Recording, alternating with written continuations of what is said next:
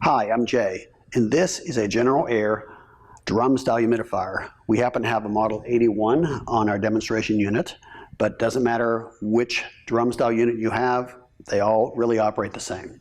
So right now, this thing's running, and I'm going to take the cover off because it's kind of hard to see through the camera, but it is rotating.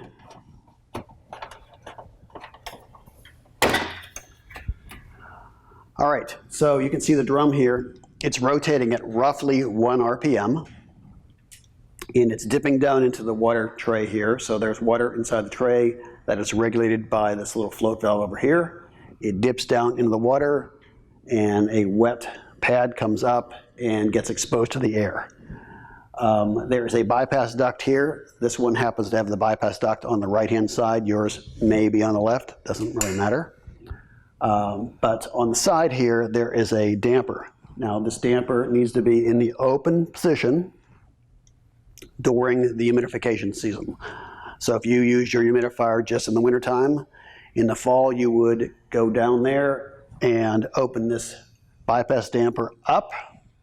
You would clean this water tray out, put a new pad on the drum, clean up the drum assembly, put it all back together, turn the water on, and test fire everything. So this is what normal operation looks like. Now at the end of the season, we're going to want to turn off the water to this line here so that we no longer maintain water in this pan. We're going to want to close the damper here, the bypass damper.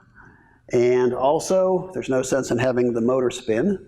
So you want to set the humidistat in as low as possible a setting. And that's the normal operation.